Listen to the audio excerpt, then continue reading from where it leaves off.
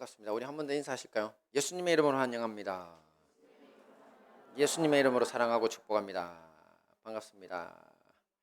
네, 그동안 또 이번에 코로나가 유행했는지 코로나 걸렸던 가정들이 많은데요. 하여튼 건강 유념하시고 또 아무 문제 없이 다들 잘 복귀해 주셔서 또 주님께 감사와 영광을 올려드립니다. 자, 오늘 말씀을 함께 보도록 하겠습니다. 오늘 말씀은 열왕기상 19장 21절 말씀 한 절만 다 같이 한 목소리로 보겠습니다. 시작.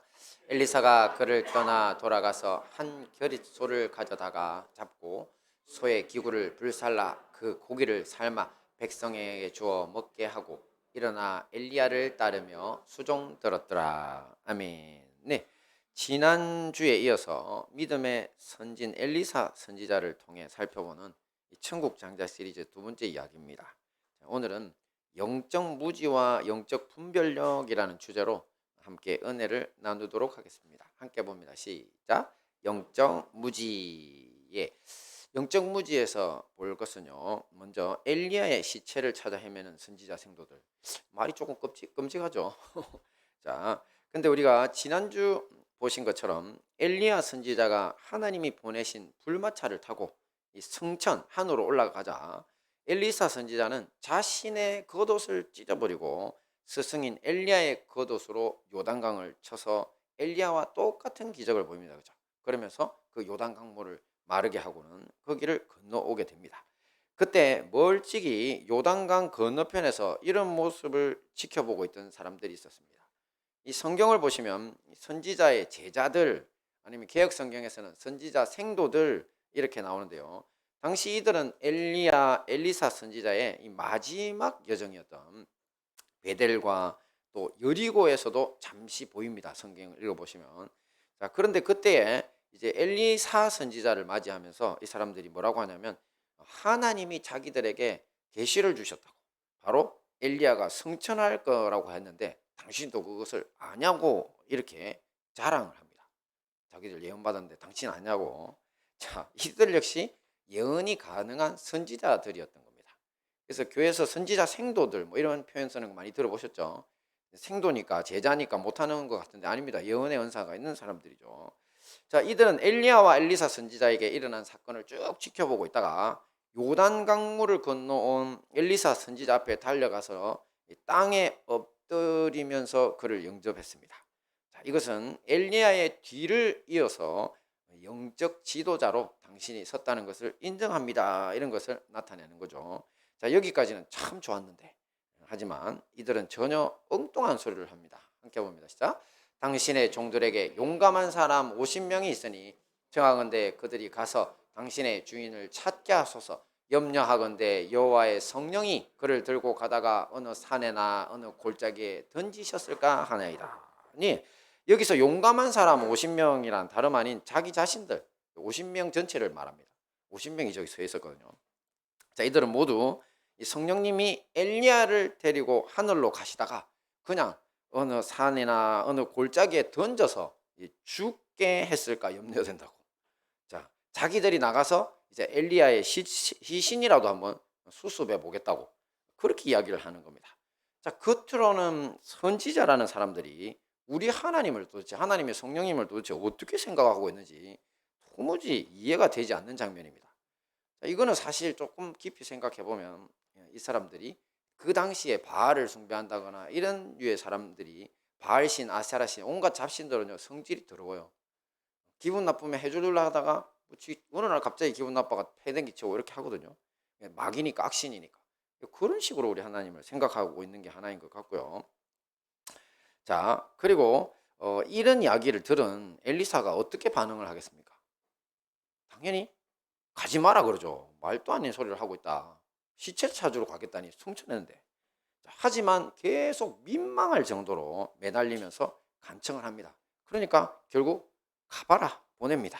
자, 어떻게 됐을까요? 50명이 주변 일대를 그야말로 3일 동안 샅샅이 뒤졌습니다. 하지만 산채로 하늘로 올라간 엘리야의 시신을 찾을 수는 없는 노릇이죠. 자, 이들도 계시를 받아 예언을 하는 선지자들인데 왜 이런 어리석은 짓을 했냐는 거죠. 그래서 조금 전 말씀드린 것처럼 하나님에 대해서 오해한 것이 하나 있고 또한 뭐 예언만 직접적으로 보면요, 엘리야 선지자의 성천에 대한 예언은 받았어요. 그죠? 자랑까지 했으니까 하늘로 데려가신다는 예언은 하나님께로 받았는데, 해석을 어떻게 했다? 돌풍에 휩쓸려 죽었다. 회리 바람으로 올라갔다고 했으니까, 그죠? 보면 하나님이 보내신 불말들과 불병거가 내려와 가지고 꼭 그 모양이 회리 바람에 휩쓸려 있는 것처럼 이제 딱 데려오고 그냥 슉 올라가니까, 그래서 회오리 바람에 돌풍에 휩쓸려 가지고 죽었다, 이렇게 해석을 했다고 볼 수밖에 없다는 거죠. 하나님에 대한 이해가 뭐 신앙이 아닌 자신의 상식 수준에 한정되어 있다는 것을 보여주는 겁니다. 내 상식으로는 사람이 하늘로 못 올라가는 데가 예언까지 하는 사람들이 지금 마음속에 박혀 있다는 거죠.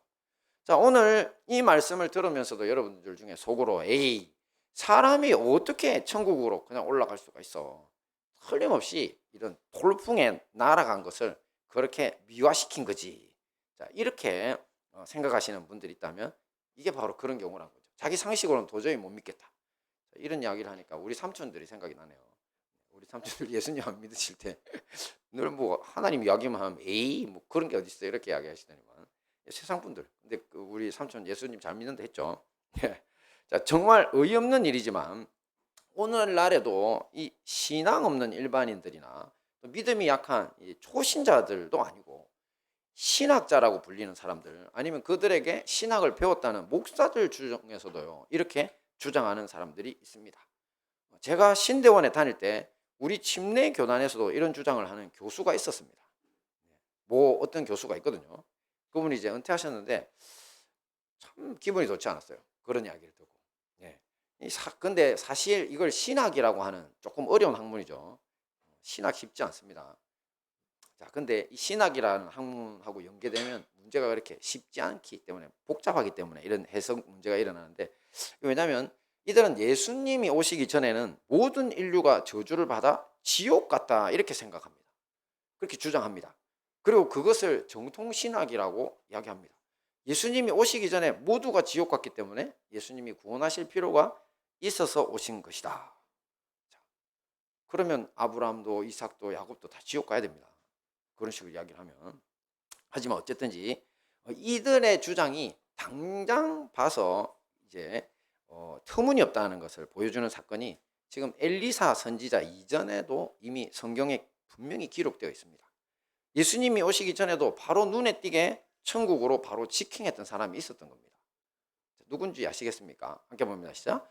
에녹이 하나님과 동행하더니 하나님이 그를 데려가심으로 세상에 있지 아니하였더라. 네, 바로 에녹입니다. 에녹. 자, 이런 얘기가 분명히 기록되어 있으니까 에녹을 데려가신 하나님이 엘리야도 데려가셨구나, 이렇게 생각하면 그냥 게임 끝이잖아요. 그죠? 뭐 복잡하게 생각할 게 있습니까? 그런데 계속 엘리야 선지자는 성천한 것이 아니라 돌풍에 휩쓸려서 죽었다고 자꾸 우기는 겁니다. 그뿐만 아니라 성경에 지금 조금 전에 보신 이 성경 말씀에 분명히 하나님이 에녹을 데려가심으로 세상에 있지 아니하였더라, 이렇게 세상에 없었다고 했잖아요. 근데 이거를 뭐라고 이야기하냐면 아니야 이건 하나님이 데려가신 건 맞는데 다른 지역으로 샥 옮긴 거야. 자, 성경에 그런 이야기 있죠. 누구 이야기했습니까? 바로 이디오피아 내시를 전도하던 빌립의 경우죠. 빌립이 말씀 다 전한 후에 갑자기 호련히 길을 갔는데 다른 구역에서 나타났어요. 멀리 떨어진 도시에 싹 사라져 버렸어요. 자, 그러니까 이것을 근거로 들고 있는 겁니다. 자, 그래서 저는 이걸 보고 아주 발악을 하고 있다, 이 사람들의 해석이. 아니, 자신들의 신학이나 오류투성이 생각을 유지하려고 이번에는 빌립까지 끌어다가, 빌립이 왜 그렇게 하늘로 못 올라가게 만드는지, 에녹과 이 믿음의 조상들을, 참 문제라는 거죠. 그러니까 이런 경우가 바로 성경 말씀에 자기 자신을 맞춰야 하는데 이게 무조건 맞습니다, 여러분. 그런데 자기 의견에 성경 해석을 조작하는 경우입니다. 내가 이런 의견이 확고하니까 성경도 잘못 쓰여졌다거나 아니면은 이걸 이렇게 해석해야 돼 하면서 잘난 사람들이 이런 주장들을 많이 합니다. 근데 사실 잘난 게 아니죠. 지 혼자 잘난 거죠. 그죠? 지 나름. 잘났으면 절대 이렇게 해석하지 않겠죠. 자, 이런 어리석은 해석에다가 한 방 더 먹이는 사건이 또 있습니다. 뭐냐면 천국에 있던 엘리야 선지자가 다시 이 땅에 찾아오는 사건도 성경에 기록되어 있습니다. 함께 보겠습니다. 시작. 때 모세와 엘리야가 예수로 더불어 말씀하는 것이 저희에게 보이거늘 그렇습니다. 바로 예수님의 변화산 사건 때입니다. 그때에 베드로, 야고보, 요한이라고 하는 예수님의 수제자들 세 사람이 기도하시는 예수님을 따라갔다가 호련히 뭔가 놀라운 광경이 펼쳐졌는데, 그때 보니까 엘리야 선지자와 모세가 함께 예수님께 찾아와서 말씀을 나누는 것을 목격하고 이것을 기록한 것입니다. 자, 이 일들이 우리에게 주는 교훈이 뭐겠습니까? 바로 예언의 은사를 가지고 있었다지만 하나님의 능력을 자신의 수준, 상식 수준 그 안으로만 한정했던 그 시대의 선지자 생도들이나 아니면 오늘날 신학적으로 다른 사람들보다 뛰어나다고 자만하는 그런 어리석은 자들의 지적 교만으로는 절대 진정한 하나님의 역사를 믿을 수가 없다는 것입니다. 그들은 천국에서 영원히 살아있는 엘리야가 아닌 이 땅에서 시체를 찾아 여기저기 헤매는 어리석음을 가지고 있다는 것이죠. 자, 우리 역시 마찬가지입니다.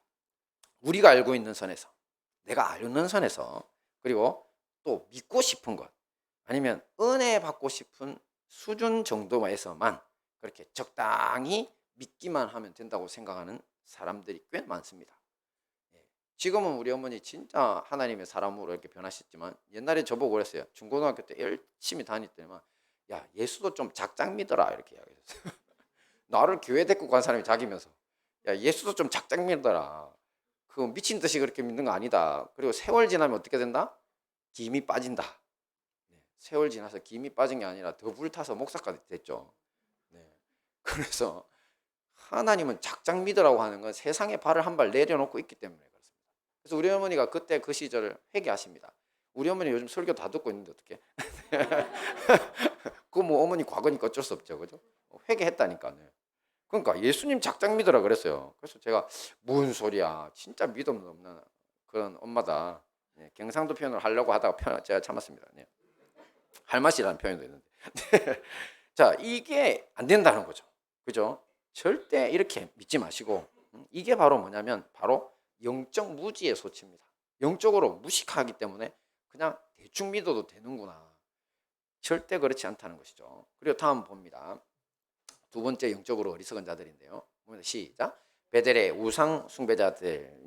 엘리사 선지자는 잠시 머무르던 그 여리고성을 떠나서 이제는 베델로 올라갑니다. 왜냐하면 그곳에 선지자 제자들, 그러니까 선지자 생도들의 공동체가 있었기 때문입니다. 그곳에 가서 그들을 지도하려고 했죠. 그러다가 길을 가는 도중에 이런 일을 당하게 됩니다. 함께 볼까요? 시작. 엘리사가 거기서 베델로 올라가더니 길에 행할 때 젊은 아이들이 성에서 나와서 저를 조롱하여 가로되 대머리여 올라가라, 대머리여 올라가라 하는지라. 사실 지금 이 성경을 보시면 엘리사가 대머리라는 사실을 알 수 있죠. 어떤 분은 귀중한 사료라 그래요. 엘리사가 대머리였구나. 지금 그건 그렇게 중요한 건 아닙니다, 그죠? 근데 놀렸어요. 그것도 이제 수십 명의 아이라고 나와 있지만 청년입니다, 청년. 젊은이들이 이 베델에 있는 성에서 나와가지고 엘리사를 따라오면서 꼭 막 물려고 하는 늑대처럼 아주 그냥 조롱하면서 대머리야 올라가라, 대머리야 올라가라 하고 조롱하면서 위협한 거죠. 자, 이것은 조금 전 말씀드린 것처럼 엘리사 선지자의 신체적 약점을 잡아가지고 지금 조롱하고 있는 겁니다. 자, 그렇다면 올라가라는 거는 무슨 뜻일까요? 베델이니까 산지니까 산으로 올라가라는 뜻인가? 아닙니다. 이 부분을 이해하시려면 조금 전 보셨던 것처럼 엘리야의 이야기와 그리고 이 사람들의 조상이었던 야곱의 이야기. 지난번에 베델에서 우리가 어떤 일이 있었다는 걸 배웠습니까? 그렇죠, 맞습니다. 원래 베델 자체가 이제 루스라고 하는 그런 지역이었는데 이 믿음의 조상 야곱이 이곳에서 하나님의 위로와 축복을 받아서 그곳을 그냥 하나님의 집 베델이라고 개명했다고 했죠. 그러면서 거기에다가 제단을 쌓았습니다. 이 당시 이스라엘에 살던 사람들은 다 누구의 후손이냐면 저 야곱의 후손들입니다. 그러니까 저 베델이라고 하는 것은 야곱이 자기들의 민족의 시초가 조상이 딱 거기에다가 여기가 하나님의 집이다. 그래서 내가 여기다가 하나님의 성전을 짓겠다고 그렇게 고백했잖아요. 그죠? 근데 눈에 보이는 성전은 짓지 않았거든요. 제단을 쌓았는데, 근데 그것을 이 후손들이 늘 들었기 때문에 베델을 성지다, 거룩한 땅이다, 이렇게 이제 알고 있었던 겁니다. 그리고 놀랍게 나중에 보면 예루살렘에도 성전이 세워지지만 이 베델과 예루살렘이 산지 해발이 거의 비슷해요. 높이가. 그래서 서로를 바라보는 그런 이 이스라엘 사람들 입장에서는 아주 거룩한 땅으로 여기는데, 하지만 이런 축복의 장소, 거룩한 하나님의 집을 그 당시 사람들이 뭘 하고 있었냐면 바로 금송아지 우상 숭배의 중심지로 사용하고 있었습니다. 자, 이 일은 이스라엘이 북왕국 남유다 왕국으로 분열되던 시절에 일어나는데요. 바로 북왕국 초대 왕이었던 여로보암 1세가 저지른 일입니다. 그는 북이스라엘 사람들이 남유다의 수도인 예루살렘 성전에 예배드리러 가는 것을 막으려고 단과 베델 두 곳에 금송아지를 만들어 놓고 우상 숭배를 하도록 했습니다. 자, 이런 일이 엘리사 선지자까지 무려 80년 세월이 넘게 베델에서 벌어지고 있었던 겁니다. 자, 이 당시 금송아지 우상 숭배보다 사실 훨씬 더 성행했던 것은 바알과 아세라 숭배였습니다. 하지만 한풀 꺾인 상태였죠. 자, 이유는 뭐였냐면 엘리사의 선성이었던 엘리야 선지자의 활약, 갈멜산에서 그 활약으로 이 850명이나 되는 바알과 아세라 선지자들이 이스라엘 백성들에게 죽임을 당했기 때문입니다. 자, 하지만 베델에는 아직 금송아지 숭배자들이 가득 차 있었던 겁니다. 자, 그러니 지금 엘리사를 들고 위협하던 수십 명의 젊은이들은 누구냐면 바로 금송아지 우상 숭배와 관련 있는 자들입니다. 그들 역시 사탄마귀의 영에 이끌리는 자들이죠. 그러니 바알과 아세라 선지자들을 처리한 이 엘리야 선지자를 원수로 여기고 있었던 겁니다. 자기들도 잘못하면 죽게 된다고 겁을 먹고 있었던 거죠. 자, 이런 때에 엘리야가 승천했다는 소식을 들었습니다. 하지만 앞에서 보신 것처럼 선지자 생도들도 그 시체를 찾아서 온 산과 이 골짜기를 3일이나 헤맸는데 이 우상 숭배자들이야 그걸 어떻게 받아들였겠습니까? 그죠? 당연히 엘리야가 돌풍에 휩쓸려 죽었다고 생각하고 시딘의 딴에는 기세가 등등했던 겁니다. 자, 그러니 엘리사 선지자에게, 지금 엘리사는 저 회리바람 속에 들어있는 엘리야 선지자, 자기 그 스승을 보고 있죠. 그러니까 주님께서 이끌어 가심을 보고 얼마나 감격하고 있었는데, 그런 엘리사 선지자에게 지금 뭐라고 하냐면 대머리에 올라가라, 대머리에 올라가라. 뭐냐면 너도 스승인 엘리야처럼 돌풍에 휩쓸려 죽어라, 이 이야기입니다. 지네들은 그걸 죽은 걸로, 회리바람에 날려가 죽은 걸로 생각을 하니까. 자, 이들을 향한 하나님의 분노가 일어납니다. 그리고 엘리사의 태도도 단호했습니다.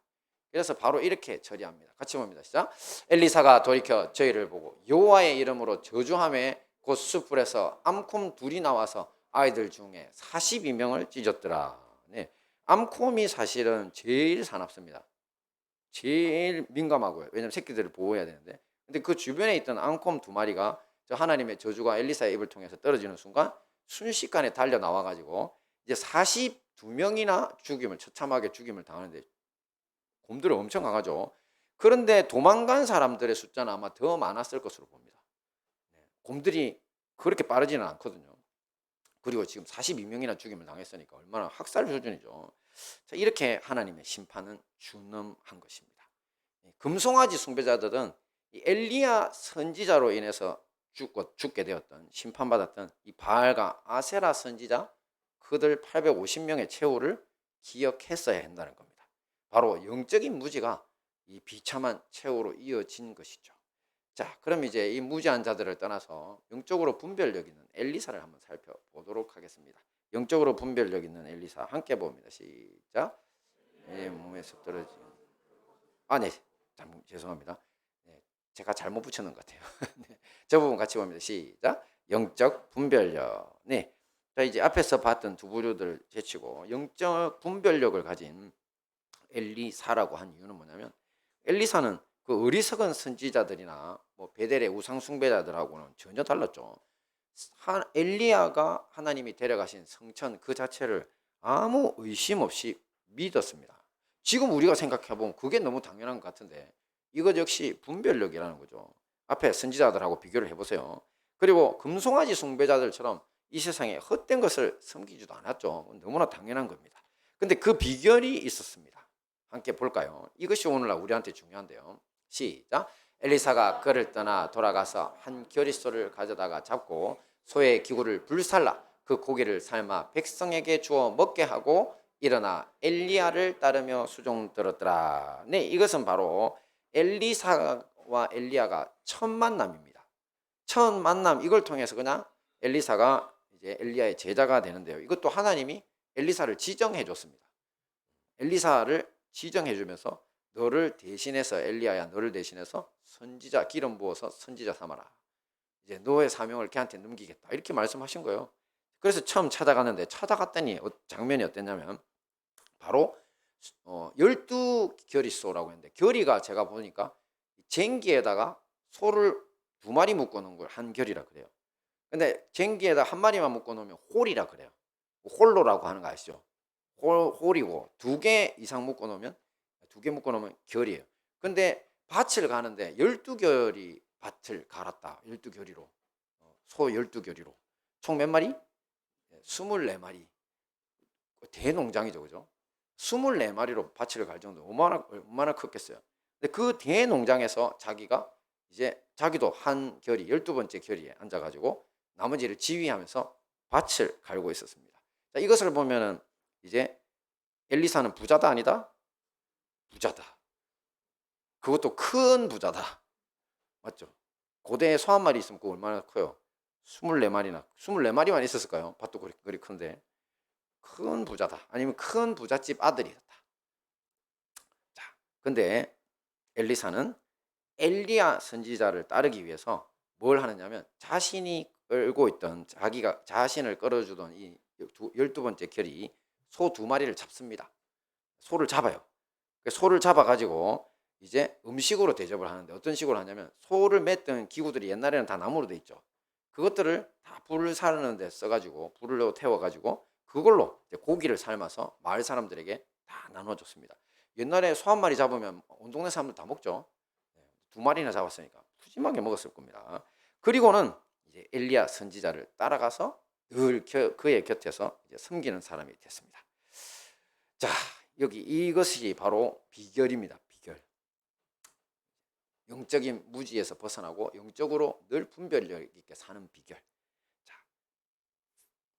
단순하게 보면 엘리사 선지자는요, 자기가 과거에 가지고 있었던 가장 중요한 자산을 잡아버렸습니다. 그죠? 죽였죠. 그리고 그것을 불살라 버린 겁니다. 자, 이게 뭐를 의미하느냐면 바로 내가 살아온 삶의 방식, 과거와의 결별을 의미하는 겁니다. 그러니까 새로운 삶을 살기 위해 다시 돌아올 퇴로를 없애버리는 겁니다. 여러분, 배수진이란 말 들어봤죠? 어떤 나라를 정복하러 갈 때 일부러 배 타고 간 그거를 태워버립니다. 뒤쪽에다 물을 만들어 놓고. 그러면 바닷물에 빠져 죽든지 전쟁에서 승리해서 이 성을 차지하든지 둘 중에 하라는 게 배수진이거든요. 사실은 영적인 배수진입니다. 내 삶에 하나님이 부르신 그 부르심의 그물을 쫓아가기 위해서 부잣집 아들로 누렸던 그것들을 다 버리겠다는 겁니다. 불살라 없애버리는 거죠. 그렇게 하면 정말 과거와의 결별이 시작되는 거죠. 자, 우리 중에는 지금도 과거의 가치관, 돈이 제일 중요하다거나 그리스도인인데 그렇게 생각하는 사람들이 있어요. 그리고 과거의 나쁜 기억, 정말 나쁜 기억들이 있을 수 있습니다. 나쁜 경험들, 가정에서 있을 수도 있고 사회에서 당할 수도 있는데, 그런 과거에 묶여 있거나 아니면 과거의 못된 습관, 아주 많죠. 알코올 중독이라든지 아니면 성중독이라든지 도박 중독이라든지 모든 중독 종류가 바로 과거의 못된 습관들인 거거든요. 근데 이런 과거에 묶여 살아가는 사람들이 너무나 많다는 거죠. 근데 이들이 새로운 인생을 원한다면 뭘 해야 된다고요? 과거와 먼저 결별을 해야 한다는 겁니다. 그리고 다시는 돌아가지 않기 위해서 과거부터 의지했던 것들을 불살라 버려야 합니다. 그리고 또 명심해야 하는 것이 있는데요. 뭐냐면, 과거를 다 불질러 버렸으니까 이제 끝났어. 이러면 얼마나 좋겠습니까? 근데 인간은 아닙니다. 과거의 것을 버리고 불살랐다고 생각해도 다시 우리 곁으로 돌아오고요. 또다시 우리를 점령하고 괴롭히려고 하는 아주 놀라운 성질을 과거는 가지고 있습니다. 어떻게 보면 절대 악 중에 하나예요. 그래서 옛날에 저에게 참 은혜를 많이 주시던 우리 부산기도원 원장님 김옥자 전사님 그러셨어요. 저보고 제가 한참 대학교 때 기도할 때인데 요즘 무슨 기도하냐고 물으시더라고요. 무슨 기도하나 이렇게 시길래 제가 그랬거든요. 저 요즘 회개합니다. 회개 좋지. 그래. 진짜 회개부터 하는 게 맞다. 이렇게 이야기하시더니만 그런데 말이야. 우리가 회개하면 내한테서 악이 떠나는 거 알지? 압니다. 그 악이 어디로 가는 줄 알아? 물으시다고. 그래서 제가 악이 떠났는데 어디로 가겠어요? 안 오겠지? 끝났겠지? 그러니까 아니야. 내가 회개해서 떠난 악은 내 주변에서 이렇게 빙글빙글 돌고 있어요. 나를 감싸면서. 그래서 내가 약해지면 바로 다시 들어오는 거야. 딱 그렇게 이야기를 해주시더라고요. 그래서 설마 이랬는데 수십 년을 살면서 그 말씀이 딱 맞았어요. 과거는 아무리 불태워버리고 내가 없애버렸다고 자신을 했지만 내가 영적으로 약해지고 내가 세상에 관심을 갖는 순간 삽시간에 나한테 다시 찾아 들어와서 나를 점령합니다. 그게 과거라고 하는 악이 가진 힘인 것입니다. 참으로 끈질긴 악이죠. 그러니까 이것을 근원적으로 해결해야 됩니다. 그 방법이 뭐라고요? 엘리사가 어떻게 했습니까? 바로 엘리야 선지자를 떠나지 않고 그 곁에서 섬겼다고 했죠. 늘 곁에서 섬겼다. 자, 이것은 오늘날 예수님의 제자 된 우리가 늘 하나님의 말씀을 떠나지 않고 순종하면서 그 사명을 감당해가는 삶과 똑같은 것입니다. 주님 곁에서 늘 배우고 실천을 하니까 과거의 것이 아니라요. 그렇게 하나님 곁에 예수님 곁에 붙어 있으면 과거의 것이 아니라 새 것이 옵니다. 새 것. 그리고 땅의 것이 아니라 하늘의 것이 더욱 풍성해지기 시작합니다. 이것이 바로 영적인 분별력의 원천이라는 거죠. 그래서 우리가 교회는 오래 다녔는데 날마다 헌생활을 하는 사람들이 있어요. 늘 이 사람을 보면 이 사람은 과거에 묶여 사는 거예요. 왜? 주님 곁에서 순종하지 않고 있다는 증거입니다. 주님 곁에서 늘 순종하고 있었다면 사람의 마음도 바뀌고 생각도 바뀌고 모든 게 바뀌거든요. 그게 바로 하늘의 것이 나한테 계속 들어오고 있다는 증거입니다. 새로운 인생을 살게 되는 거죠.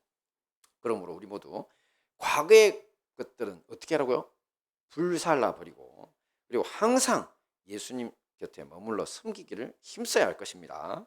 자, 말씀을 정리하겠습니다. 오늘 영적 무지에 빠진 이 두 종류의 사람들은 어떤 사람들이 있었습니까? 첫째, 영적 무지에 빠진 사람들은 엘리야의 시체를 찾아 헤매는 선지자 생도들이 있었죠.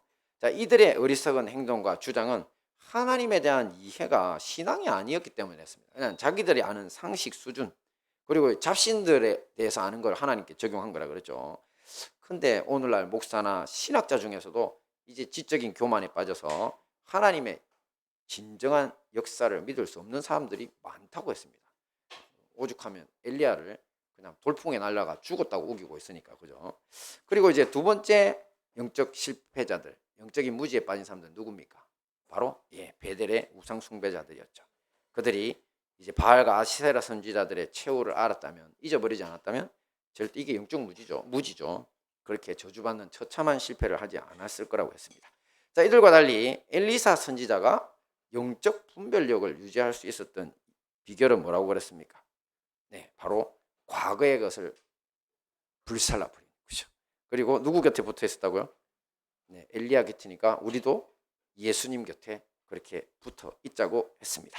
자, 이 모든 말씀으로 영적 부지에서 벗어나 천국의 장자 엘리사 선지자처럼 뛰어난 영적 분별력으로 승리하시는 우리 행복한 다니엘 교회와 형제교회 성도님들 되시기를 축원합니다.